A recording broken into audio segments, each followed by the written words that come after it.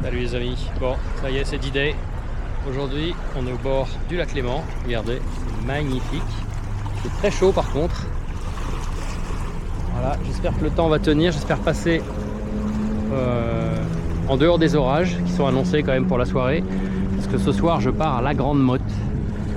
Voilà, donc normalement je fais toute la nuit, je dois rouler demain toute la journée. Et si tout se passe bien, j'arriverai à la Grande Motte en fin de journée, demain, 1er août 2024. Voilà, donc ça va être une expérience. Je vais vous faire des petites capsules, je pense tous les 50 km pour vous dire comment ça se passe. Et puis l'expérience, elle est rendue aussi un petit peu plus intéressante par le fait que je fais du jeûne intermittent et donc je ne vais pas manger pendant ces à peu près 500 km. D'ailleurs là il est environ 17 h et j'ai pris mon dernier repas hier soir, j'ai terminé à 22 h. Voilà, une délicieuse côte de bœuf, pas de glucides. Et donc le but c'est aussi de tester, de voir comment ça se passe. Voilà, donc Genève, très belle aujourd'hui, on est au lac Léman et on part pour le sud. Voilà, c'est parti, à tout à l'heure. Voilà, parcours urbain au début, très urbain même. Le thermomètre donne 37 degrés.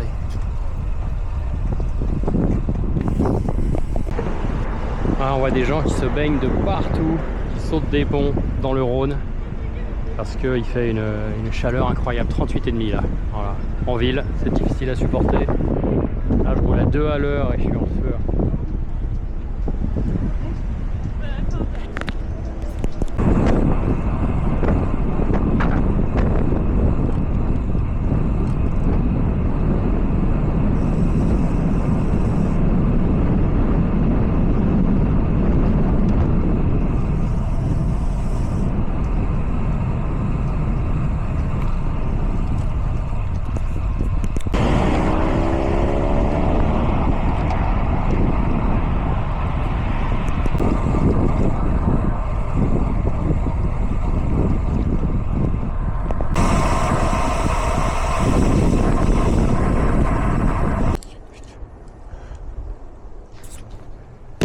Bon, la caméra s'est allumée toute seule.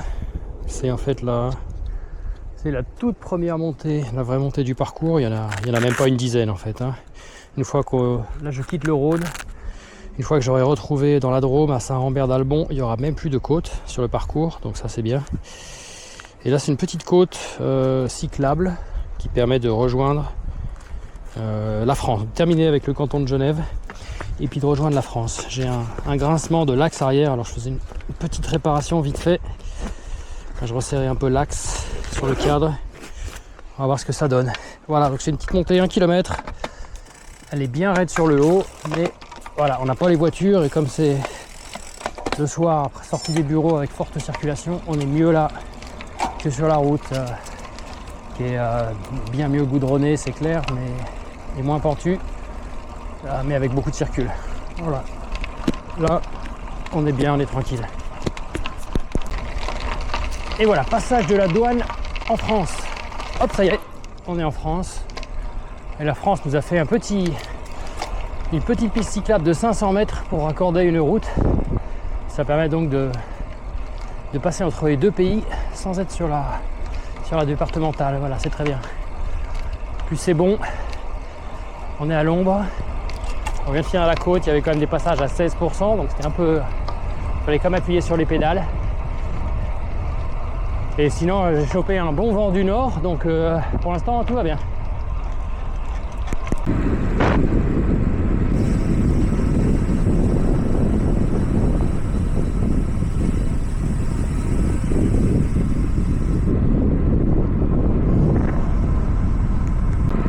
Après un peu plus d'une heure de route, on va sortir du pays de Gex par cette porte. Moi je vois ça comme une porte, c'est les gorges du Rhône dans le Jura. Voilà.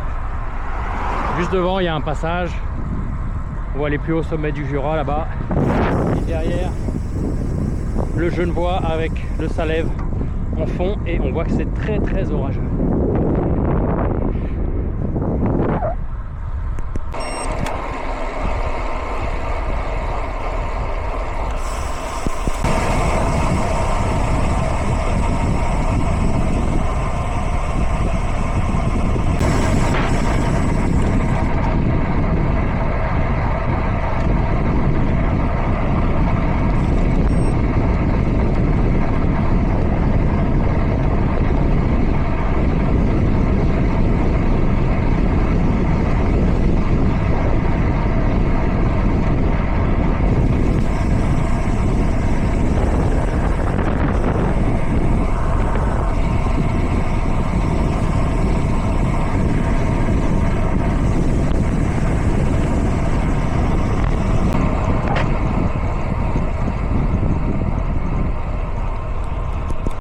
Hello, alors comme promis, un petit point de situation. Là j'en suis à 56 km 700. Il est quelle heure? 19h40. Je viens de me faire une petite pause au glacier du port à Seyssel. Une petite boutique un peu style paillote qui était ouverte. J'ai eu un charmant accueil. J'ai vu un double expresso parce que en fait depuis le début je me trouvais pas très réveillé. J'ai même commencé à bâiller alors que bon, c'est mal parti si je suis censé faire la nuit blanche. J'ai réalisé que j'avais pas bu un seul café de la journée, même pas ce matin. Alors voilà, c'est fait, je me suis dopé au café, un double expresso. J'ai repris un peu d'eau pétillante bien fraîche parce que les bidons là, bah, c'est de l'eau à 30 degrés hein, à peu près. Et puis voilà, c'est assez j'ai le vent dans le dos, donc ça c'est vraiment bien. Ça, je pense que ça me permet de faire presque la moyenne que j'ai fait il y a 3 semaines en mettant un tiers de watt en moins, parce que sachant la distance qu'il y a à parcourir, je me freine beaucoup. Du coup, je sais pas trop où j'en suis niveau sensation. Je sais pas si j'ai les bonnes jambes ou pas parce que je les teste pas. Et c'est un petit peu perturbant. Toujours penser à aller à lever le pied, à pédaler souple, à passer le petit plateau dès que ça monte un peu. Voilà. Sinon, bah, le temps, c'est top. Maintenant, il commence à faire un petit peu plus frais. J'ai eu un moment 39 degrés. Là, il me reste quoi? Température. Ça. Hop, hop, hop. 32,9 degrés. Voilà, 33 degrés. Mais sans soleil, c'est parfaitement agréable là. Et puis le fait est, l'énorme avantage vis-à-vis de la chaleur quand on mange pas, c'est que quand on mange pas, on a en général très froid. Donc je pense qu'on supporte aussi mieux les températures élevées. Bref, voilà, pas d'orage, pas de pluie pour l'instant. Donc voilà, prochain point. Et au kilomètre 100, je pense que 100 km ce sera dans 2 bonnes heures. Je pense qu'on sera déjà presque à la nuit tombe, vraiment presque la nuit noire. Allez, à toutes.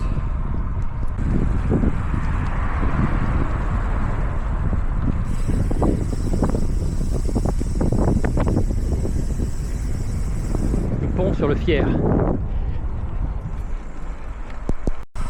Alors on est à Châteaufort en Savoie. Et je voulais vous montrer le point de vue que j'ai pas réussi à vous montrer la dernière fois parce que j'avais mal réglé l'orientation de la caméra qui est fixée ici sur le maillot. C'est le Grand Colombier. Voilà, c'est ce massif là. Et je sais pas si c'est ce que je vois moi, peut-être vous le verrez pas, mais c'est la croix là-haut au sommet. Je crois qu'il est vers 1600 mètres le sommet. C'est vraiment une montée qui est difficile. Là au niveau où il redescend, là-bas il redescend sur la ville de Culose, où je vais passer tout à l'heure avant de filer sur la Via Rona vers Chanaz. Voilà. Et puis dans cette direction, c'est voilà, un peu après le pied du Grand Colombier, c'est le lac du Bourget. Mais on ne le verra pas.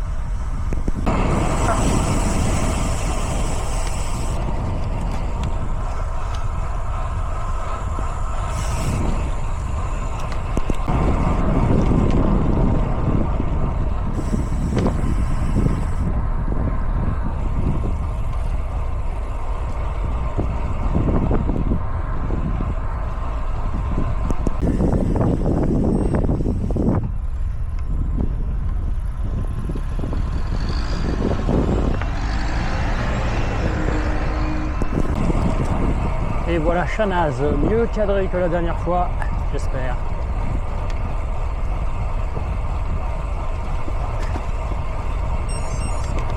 Mercredi soir, donc c'est plutôt calme. Mais bon, il y a du monde à table quand même.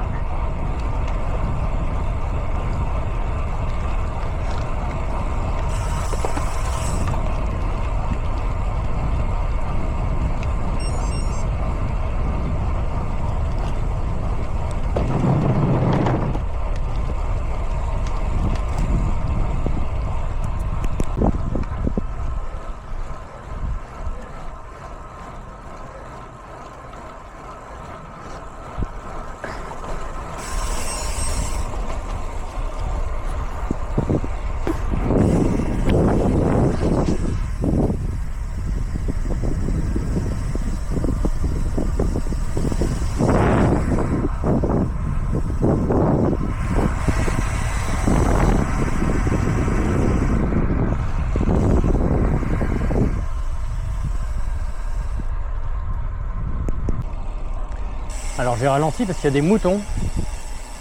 J'aimerais juste pas qu'il y ait un patou. C'était pas indiqué. C'est juste indiqué de tenir ces chiens en laisse.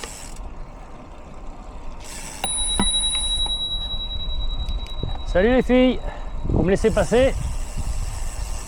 On dirait qu'il n'y a pas de patou. Sinon, il fait mal son boulot.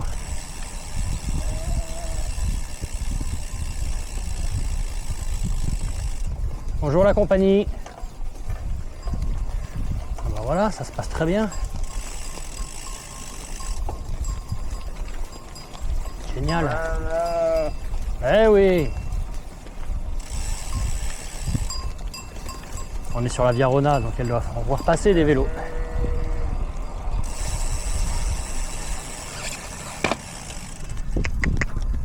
Non, elles viennent pas au contact quand même. Non, on la trouille. Viens ma belle. Bon, on va leur ficher la paix. Sympa. Elles ont du boulot.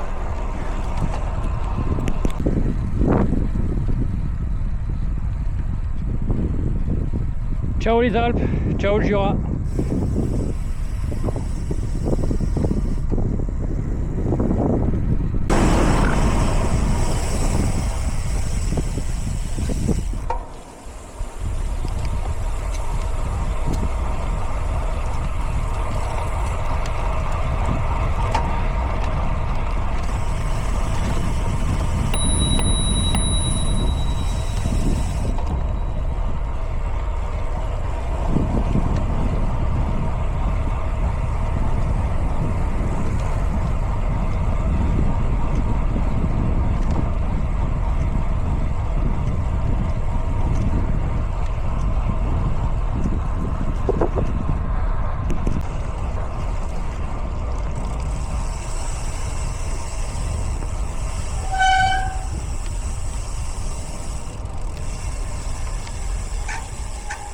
Et voilà, arrivé au point d'eau sous une petite pluie qui fait pas vraiment de mal à part que ça salope le vélo et que je devrais regresser la chaîne du coup.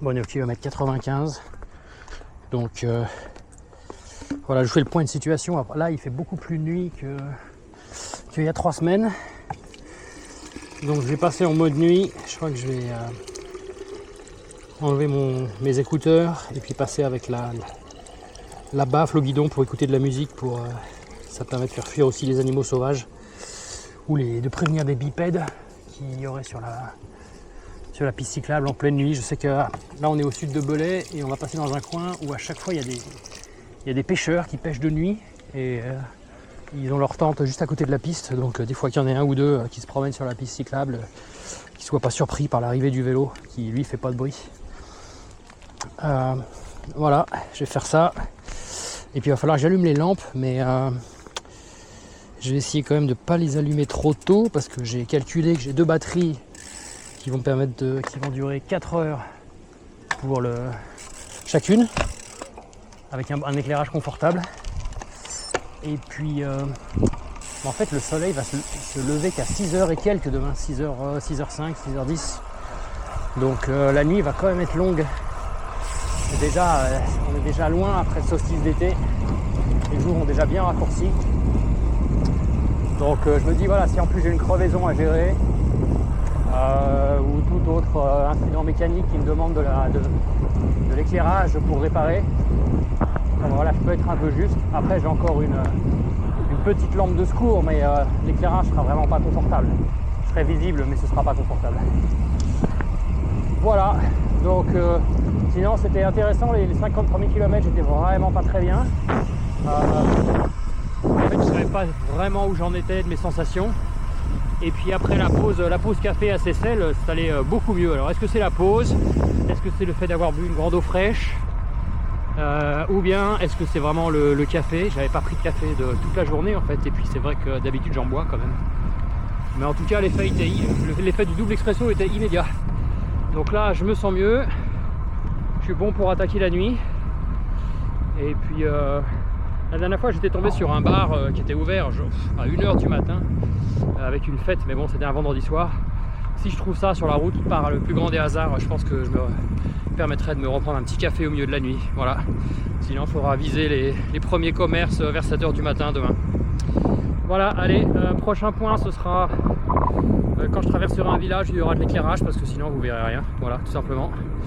Et puis j'espère que la pluie va pas trop s'intensifier, mais je pense que je suis plutôt en train de passer à un endroit où il y a eu un orage et que je suis sur la fin. Là, je voyais les nuages tout à l'heure, des nuages typiques de post après-orage. Voilà. Allez, à tout à l'heure, ciao. Je voulais quand même vous montrer ce pont, j'appelle ça le pont râpe à fromage. Le revêtement est très bizarre, voilà, avec les petits picots. Comme ça, et là je suis sous la pluie donc c'est mouillé et je me dis que si je tombe je vais être râpé comme tout. Voilà, bon sinon c'est super, hein. C'est un piéton et vélo, c'est top, bravo la France pour ça.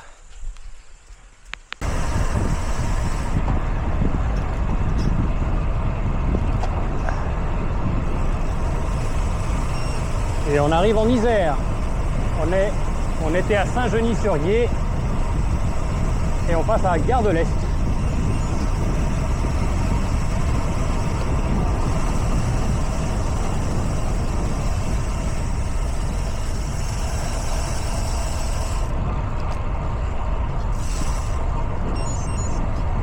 Voilà, c'est à partir d'ici qu'on quitte vraiment le cours du Rhône qui va remonter jusqu'à Lyon et on coupe en diagonale à travers l'Isère et la Drôme pour le récupérer à Saint-Rambert-d'Albon.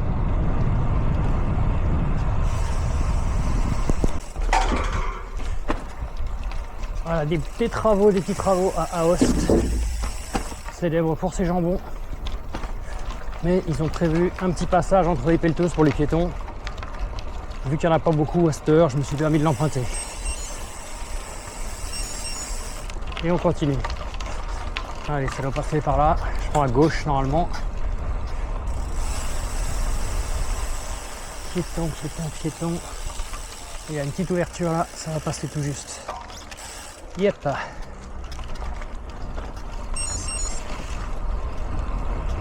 Et on enchaîne.